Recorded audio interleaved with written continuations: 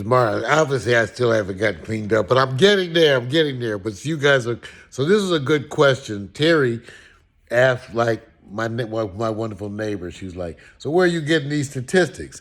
So here's what you guys got to get used to. Get used to Googling.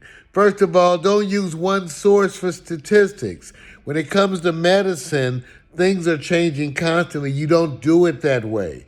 You have to be able to see what academic institutions are publishing on a regular basis because that's how knowledge changes, you guys. It's not a static thing, okay? Like some things were never studied, like a bunch of sexuality questions. And then when they go and study them now, it's mostly done for interviews. So one of the things they teach us in medicine is how to look at studies, see? So part of what I do is I read studies, but I also look at how the study was done. Some of that is not easy for you guys because you haven't been trained to do it, but you can teach yourself how. Google how to evaluate studies. I mean, you could do this. All they did was make me take a class. You could learn it. You could teach yourself. People act like they can't teach themselves. Give me a break. Teach yourself some shit.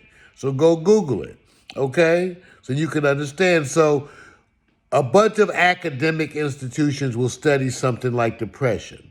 There is no single source for studies like depression or sexuality. So what you have to get used to is the academic institutions that are interested in these things that commonly publish on them. And then recognize that nothing is concrete. You have to take the latest available knowledge as the latest available knowledge. So that's where I get some of these studies. And I mostly read on shit that was affecting me. Like, I had like this period of celibacy. Okay, I may be having a period of celibacy now.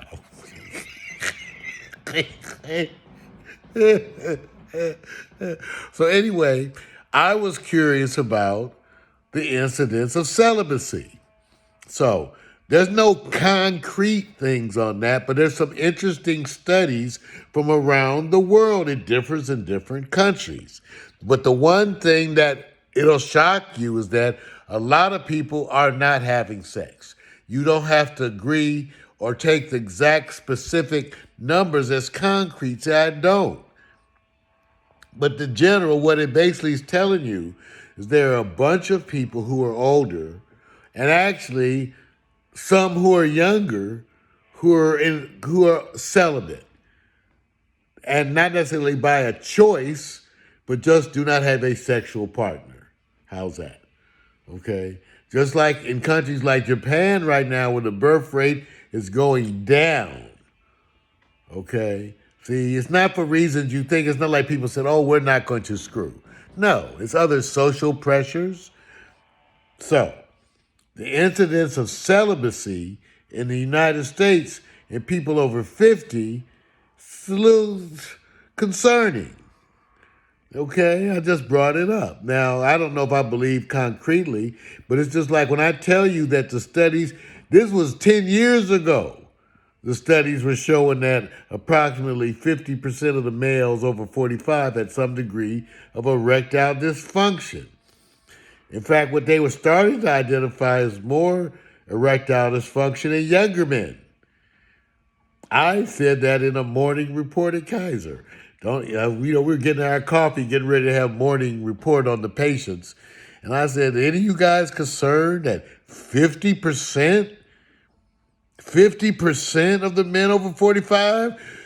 I said, should we ring a bell, sound an alarm, something? And they, Mario, you always just start. No, 50% of men over 45 have got some degree of erectile dysfunction. To me, that's a fucking alarm. They're just making, Mario, you always just bring. You know what? Let's talk about the patients. Forget it. Move on. Shit. God damn. Y'all don't give a shit about nothing. These are doctors. Yeah. I'm like, y'all don't care, huh? Like brought up, I said, y'all don't care that kids are saying shit sucks, which is a reference to our Oral Sex Act. Y'all don't care. How, Mario, you always bringing that touching. If you were in my house, you wouldn't say nothing sucks. I said, you don't know shit about nothing sucking. Okay, how's that, Junior? You be in my house, you don't get to say something sucks because you don't know nothing about that. Meanwhile, I know all about it. I'm just telling you. That's why you don't know nothing. That's why you don't know nothing. Anyway, so that's where a lot of these statistics be. I can't give you a one source of things, but Google it and look at what you see. Like look at stuff like on marriage and happiness and things like that. You could read a bunch. I looked that stuff up, so I look up dating, so I know in COVID times, y'all are kind of not. You're not doing that great, so. I'm right now. I'm proposing people get more involved with mutual. And I'm saying, okay, I know you're gonna laugh. Okay, first of all, mutual masturbation encourages a certain degree of intimacy. Okay, it does. I know y'all are uncomfortable, but mutual masturbation via FaceTime, phone sex. Well, today's modern equivalent of I had phone sex in the day. I mean, I had some great phone sex. I don't know about you, but there's a couple. There's one in particular. I ain't even gonna say. She know. She's on Facebook. Ooh, Lord, our phone sex is probably better than a bunch of y'all's real sex. I know about some phone sex. So, what I'm trying to say to you guys is mutual masturbation with phone sex or FaceTime is probably a good thing for you in the midst of this COVID. It's safe. It's the ultimate safe sex, masturbation through the phone. You're not even close. There's no virus cloud, nothing. Okay, and then you could also watch your partner have an orgasm. Now, how about that? Would you like to watch your partner have an orgasm? I'm just saying. There's a bunch of y'all, I don't even know. I just see you on Facebook. I wouldn't mind seeing you have an orgasm. Some of y'all might say, hey, bro, I can watch you come. My point being, I know I'm provocative, but it's the truth. Notice that it's provocative, but the truth. Y'all are in lockdown. You need to get some relief. Okay? I'm just telling you.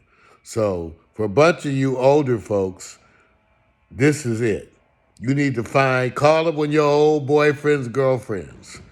Y'all have some FaceTime or phone sex, and that's going to be your relief. And for another year, I'm getting juicy. I'm getting excited. The Palm sisters, Millie and Tilly. Yeah, so, all right, so Mario, talking about where I get information, how you can get information, and the wondrous joy of FaceTime and masturbation. Blessings.